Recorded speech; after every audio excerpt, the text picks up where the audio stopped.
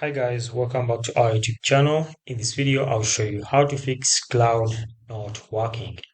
Now, a quick one, if your Cloud AI is not working well, I'll give you a few fixes for this. First of all, first go ahead and refresh your Cloud AI. In most cases, if you refresh it, it will then start working well. Then, if that doesn't solve the problem, come to your network and make sure that you're connected to a stable Wi-Fi internet. For my case, I'm connected to a stable Wi-Fi internet, but if your internet is unstable, you can choose another Wi-Fi internet, okay? Then, if that also doesn't work, come and tap on these three dots, then choose New Incognito window. Now, in the incognito window, go ahead and search for Cloud AI.